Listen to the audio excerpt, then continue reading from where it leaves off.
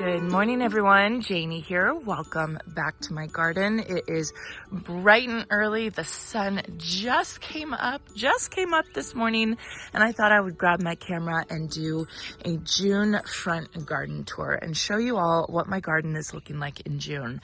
And I just noticed Oreo's here joining us today. That's Oreo, one of our barn cats.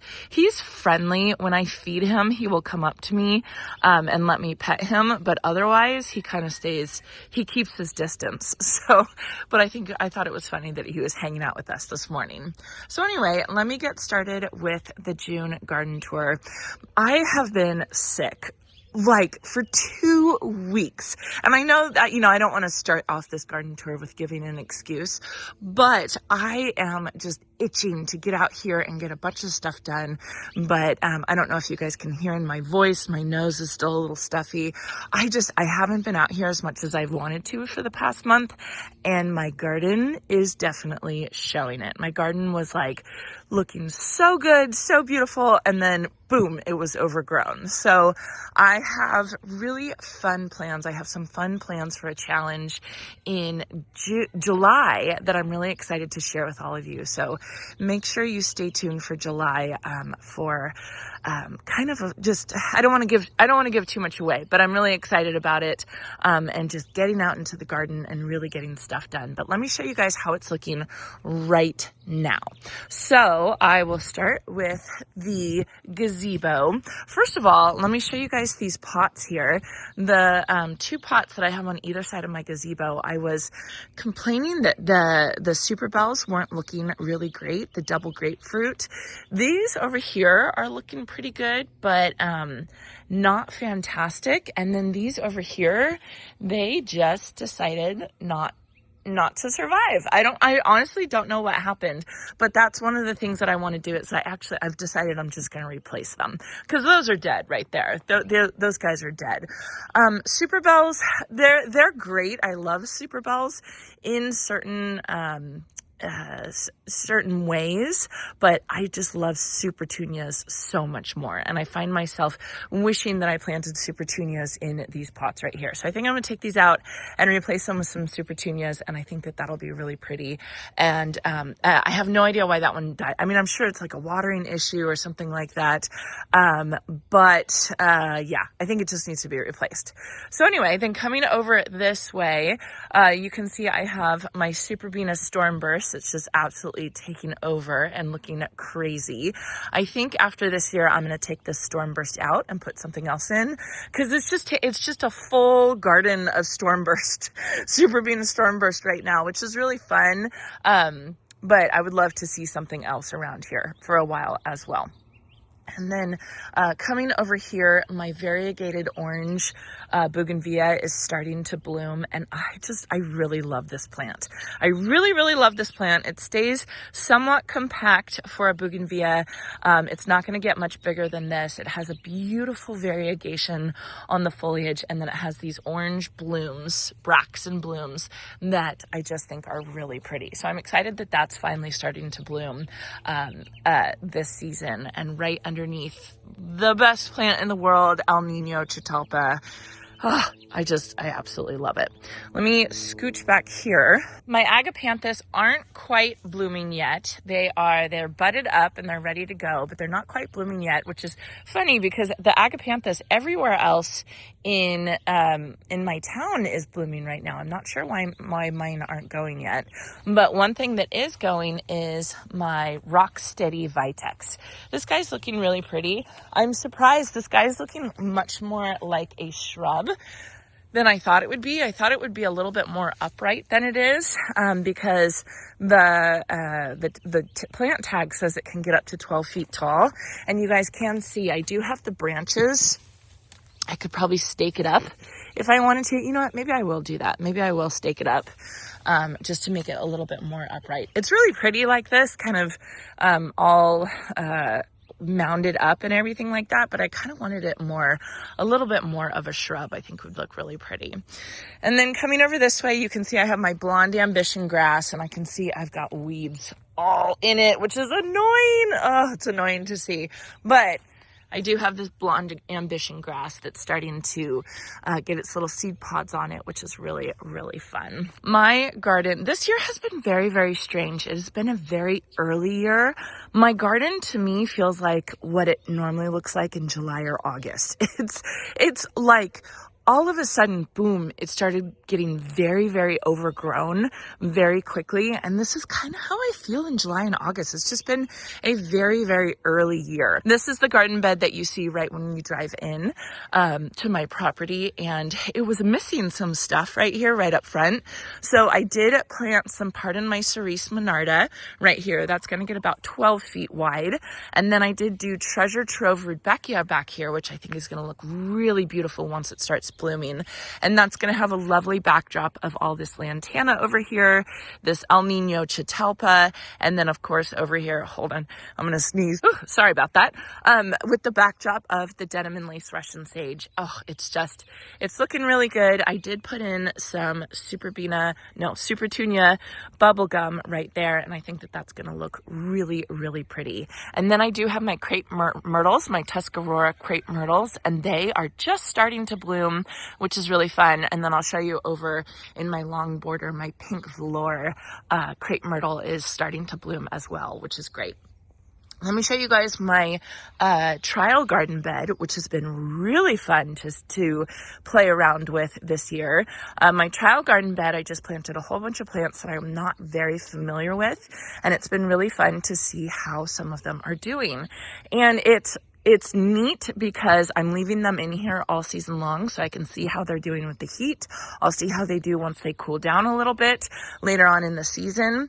One thing that is doing fabulous, absolutely fabulous, is this Medusa Black Ipomea. This Medusa, it's gorgeous. It's mounded. It's not like growing all over the place. It's staying dark. This is a really, really great sweet potato vine if you guys are looking for some dark foliage for interest, and you can see how good it's looking. Another thing that I'm really liking is the Super Tunia Cool Jazz. This one has been blooming really well and really, really gorgeous. It was absolutely covered with blooms like a week or two ago. It's kind of going in and out right now, but it's really, really, really gorgeous. This one, the Sun Beanie, is handling the heat really well. To me, this is just a really cute kind of filler plant to tuck in a little bit, and it's got the cutest little bloom right here. I just absolutely love it. It makes me smile every time I see it. And then this one has been just a rock star. This is Super Tunia Mini Vista Pink Cloud. And I have to say, this one is one of my favorite new ones. Absolutely.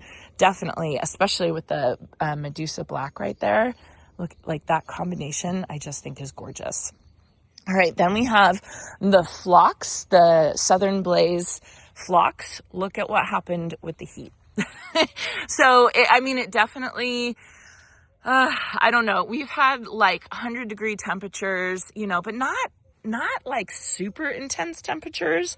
But you can see that it's just not super happy. It doesn't love the intense heat that we have here in California. And I think the hottest we got up to was maybe 104 one day, or 1 or 2 days we got to 104, and it's definitely struggling. So that's something to note for those of you who live in hot climates. It's a really beautiful plant, and I think it will flush back. But right now it's definitely struggling, especially as compared to the Super Tunia Mini Vista Pink Cloud. And then coming over here, I wanted to show you other ones that were struggling. I knew these would struggle once the heat came. I have the Nemesia, the mulberry Nemesia, and then I also have the Laguna Royal Azure. So the Laguna is kind of pulling through. A couple of them are out of color, but the Nemesia is totally done. And I do think that it will flush back once it kind of cools down a little bit. But it's just something to think about, that if you plant something like this and plant plan to leave it in all year, it's definitely going to brown out once it gets a little hot. And I think that that's what's really fun, because I knew that the Nemesia and the lobelia was going to do that. I did not know the phlox was going to do that, but I do think that it's fun to have a trial garden bed that I can really see what's going to happen, because I'm leaving these plants in. I'm not pulling these because I want to see what happens in fall, and kind of follow it through the whole changing of the seasons. And I think it's fun to see exactly what's going on with all of that. And then while I'm out here, let me show you all the front that I planted up with help a couple weeks ago. And I have to say, I think it's looking really good. The Miss Molly butterfly bush is starting to bloom. They're going to get huge, so they're still babies right now, but I do have some phlox that's starting to bloom. The treasure trove rudbeckia is starting to come into its own. This guy right here, this is a rose that was here when we moved in, and I have tried to get rid of that rose so many times, and it just keeps coming back. I feel like I'm just gonna have to leave it and just work with it, because I have dug that out. I have put stuff on it to try and kill it, and it just wants to live. So I think I might just have to let it live. I have another Miss Molly butterfly bush, and then I did a trio of the lemon cypress right here, and it's looking really good. I still have to stake up my podocarpus trees. Those guys are not happy right there, but everything is looking good, and it's starting to look a little landscaped, which is better than what it's looked like for years since we lived here, because I have just completely ignored the front area right here. I think there's a lot more that I can do, like putting rocks, maybe put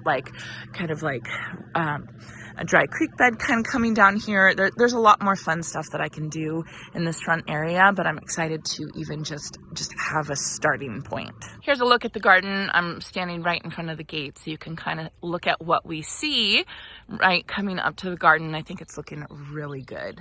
So over here in the long border, I have my pink cashmere river that's starting to come. I need to plant a couple more plants over here to kind of fill it in. And then I do have my boxwoods that I transplanted, and it's so funny because this one was struggling. Like, this one I was really worried about, and it flushed back. It's no problem. But look at this one. Isn't that annoying? This one was totally fine until the heat hit. And I think that one's dead. I don't think that one's going to come back at all, but that's okay. I am happy. Out of the 4 boxwoods that I transplanted, I lost 1, which is completely fine. I did want to point out my butterfly bush. This is a weeping butterfly bush. It is so beautiful. This butterfly bush shocks me absolutely every year, because it looks like nothing when I cut it back. It looks like it's not going to do anything, and then all of a sudden it blows up and it just performs, and it's just really, really gorgeous. I got this one from Curious Flora, previously known as Annie's Annuals, which was, I mean, it started off in a little 4-inch can, absolutely nothing. So that's really fun. Then over here, this is my pink floor crepe myrtle. This is a smaller crepe myrtle. It's only going to get about that size, maybe a foot or 2 taller. But it just has that beautiful color of the crepe myrtle blooms that I absolutely love. And I think it's looking really, really gorgeous. I'm excited to see that. And then I have my Pugster Amethyst Buddleia. That one's bloomed out, so I got to come in here and I got to deadhead that one, but I really, really enjoyed that one when it was in bloom. It was so, so beautiful when it was in bloom. Absolutely gorgeous. And then coming this way, this garden bed, I don't even want to show this to you guys, but here you can see what it's looking like when it hasn't been touched in a while. My Alstroemeria definitely needs to be taken care of. I don't know what's wrong with, everything's just too hot and starting to look really stressed. It's getting water. Jason and I have checked it a bunch of times, but it's like the heat is just totally stressing it out. This is my Orange Blaze Nyphophia that needs to be deadheaded. I feel like this is just going to be a tour of me telling you guys all the stuff that I need to do around the garden, but that's okay. This is real life. This is actually what the garden is looking like right now, with me not addressing it at all. I think I was in the garden 3 times last week, and that's pretty much it. And it wasn't really like maintenance type of stuff. It was a little bit of planting. So this is just getting me really motivated to get out here and get some maintenance done on my garden. The lantana is looking beautiful. The Supertunia Vista bubblegum is looking beautiful. It's looking really great. I can't complain, and I can't say it's looking horrible because it's not. But as a gardener, I can see all the stuff that I want to take care of, and so I will. Now, one thing that's looking absolutely gorgeous is my zigzag planter. My zigzag planter is a major success this year. I did Superbena Sparkling Amethyst, Supertunia Saffron Finch, and then tucked in a little bit is the Diamond Frost Euphorbia. But honestly, it's trying, but it's not really keeping up, which is kind of a bummer. I would like to have more of those, but that's okay.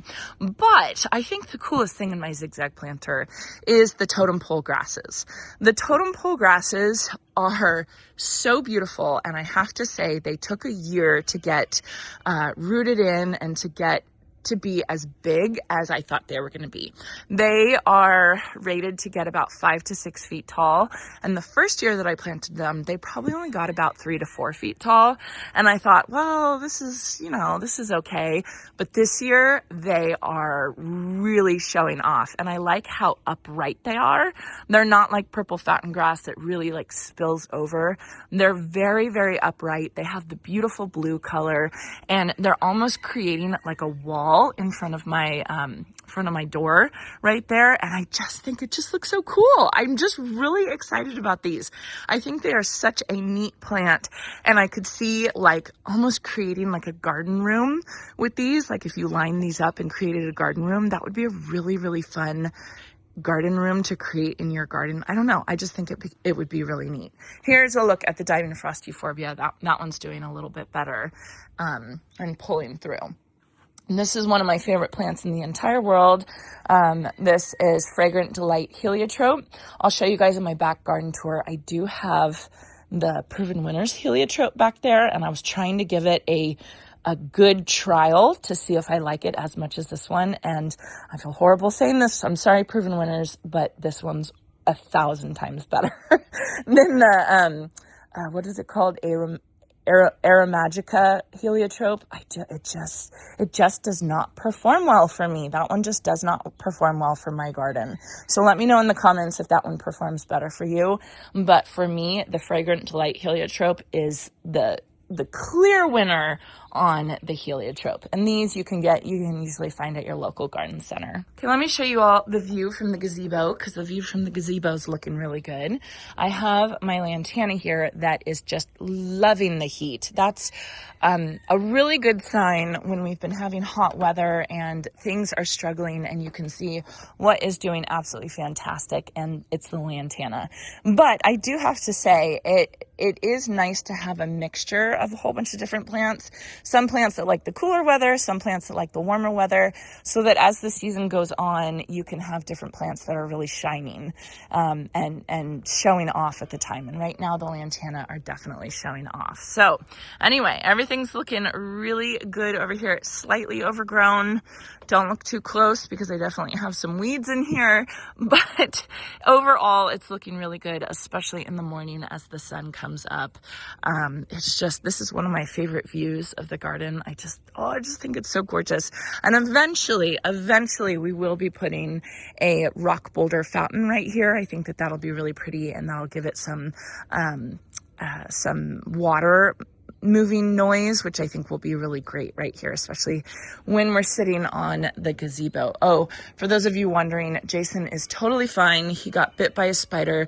The doctors think it was a black widow spider when he was sitting here on the gazebo, and we've checked under each one of these chairs looking for black widows, and we can't find them. So we're not sure what happened, but he's fine. He had to go to the ER and everything like that, and we appreciate all your well wishes. Coming over here, we have the Senorita Rosalita Cleome, and gorgeous. I don't even think it's coming across on camera as beautiful as it is in real life. It is a really, really cool plant. And this is the Landscape Annual of the Year for Proven Winners. And I have to admit, I was kind of surprised that they had picked this for the Landscape Annual of the Year. I mean, I had never used it before, so I really had nothing to say about it. But since I planted it in my landscape, I see why they picked it, because it is really beautiful. It has been in full bloom all season. When it was cooler, it did not get affected by the heat at all. I'll keep watching it to see how it does over the year.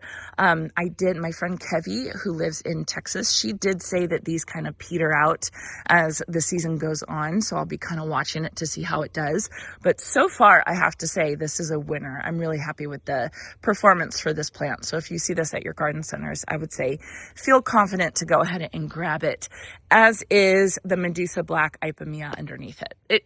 It's just beautiful. I threw these in as kind of an afterthought to put these underneath the Cleome, and I am so happy I did, because I just really, really love how they look underneath it. I just think they look so beautiful. This is a really, really great plant, this Medusa Black. Let me show you guys the foliage a little closer. It's very fringy for a Ipomea.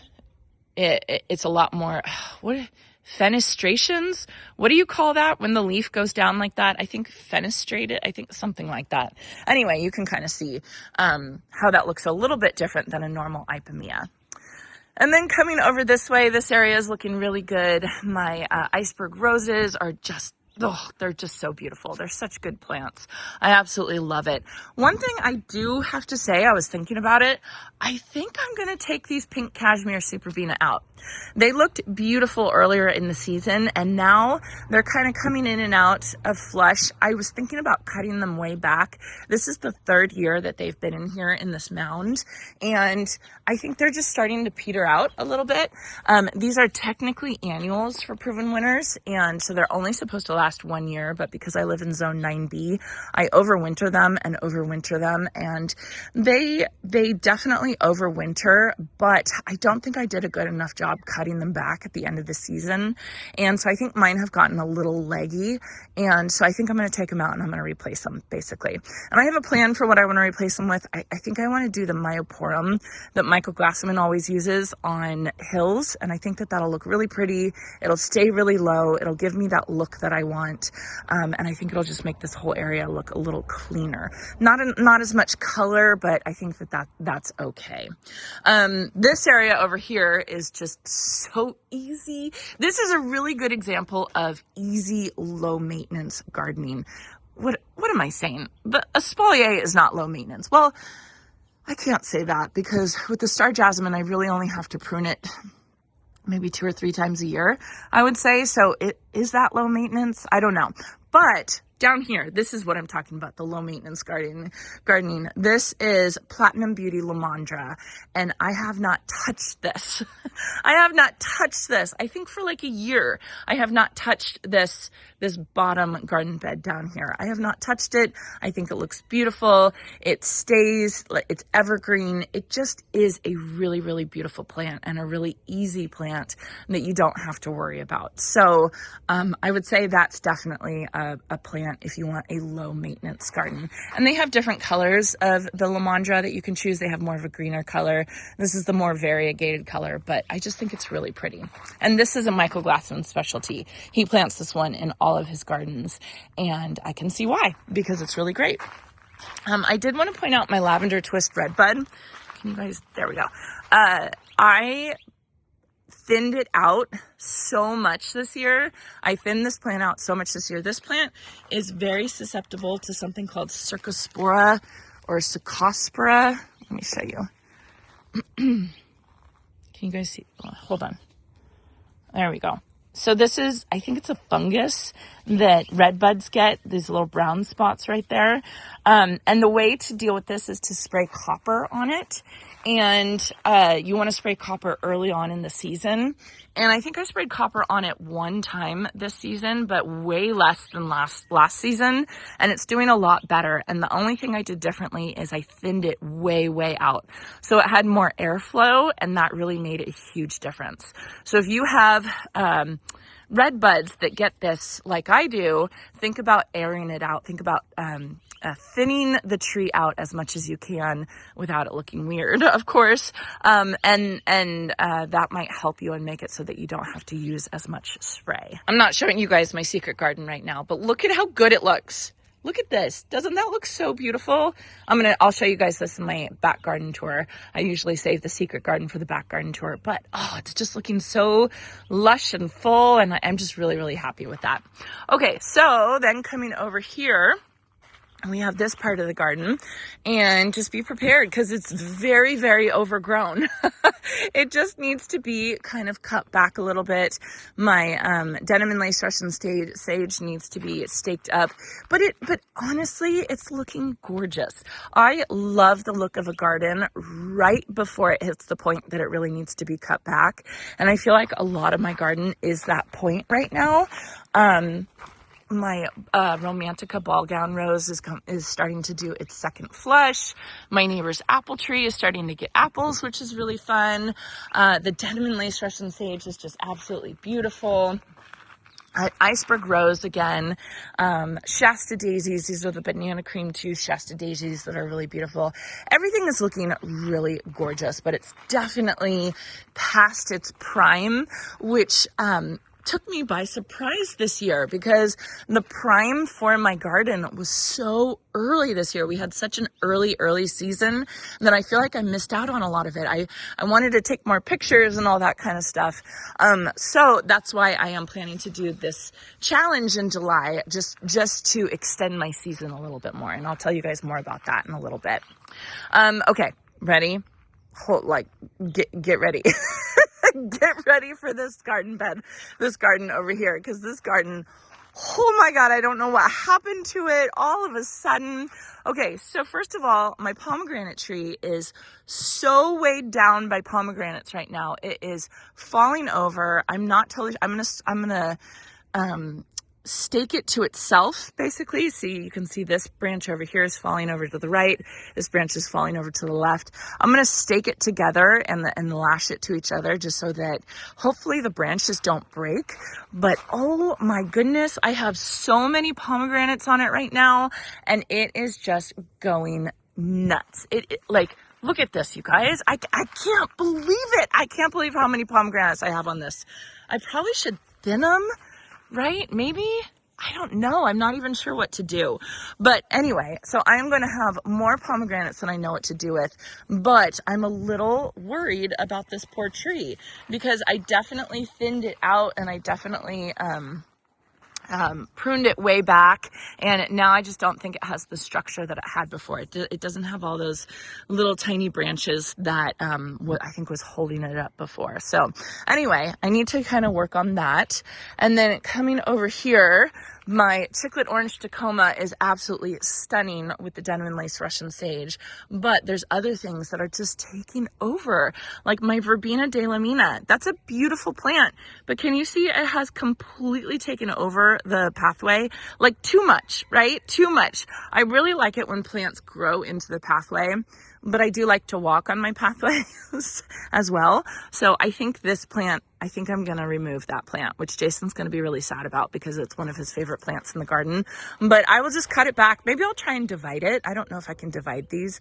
Maybe I'll try and divide it and see what I can do, and maybe plant it somewhere else. Maybe plant it a little further back. But this guy, it's just kind of gotten a little out of control, as have my Plain the Blue Salvia over here. Those guys are completely over as well. Coming over here, this was an area that I worked on earlier this spring. I did plant some tater tot arborvitaes and they have all scorched, which is really sad. I don't know if it's just the first year that they scorched, but you can see they all scorched on the left side where the hot sun is, and I'm really bummed about that. So it's just something to kind of see. Technically these weren't in my zone anyway, and I was definitely pushing it, but I think I just pushed these a little too far, which is weird because other arborvitae does fine for me. So I'm going to leave these in for another year and see what happens, but I just wanted to show you guys that they definitely did scorch on the sun side, and so maybe think about that before before doing what I did and planting those. This is another plant that I definitely want to remove. This is a Miss Molly butterfly bush, and it's completely blocking my hose link. My hose link's right here. Love the hose link. Shout out to Hose Link. Hose Link is a fantastic retractable hose. You guys know I talk about them all the time. I'm one of their affiliates. I have an affiliate link. Great Father's Day gift. You guys will probably see this after Father's Day. But anyway, the cool thing about the Hose Link is that you can pull it out, except for if you have a plant in the way. And then you can't get it out. I don't know what I was thinking. Planting this Miss Molly butterfly bush right in front of my hose link. But my hose link is just way too important and it's way too useful. I'm going to have to forego the Miss Molly, and I will transplant the Miss Molly. I won't get rid of it, but that's another thing on my list of something that I want to take care of. Then behind that, we do have the plumbago, the beautiful blue plumbago that is absolutely gorgeous. Really beautiful and looking good at this time. And then over here is the fence that kind of fell over, and we need to come in, we need to paint that and get that all ready to go. So again, you guys can see this is just my to-do list of things that I need to take care of in my garden. So that's okay. You know, it is what it is. This is, I've always committed to showing you guys really what the garden is looking like at the time. And my garden was looking so good. It was looking so beautiful. I was so very happy with it and happy with how it's looking.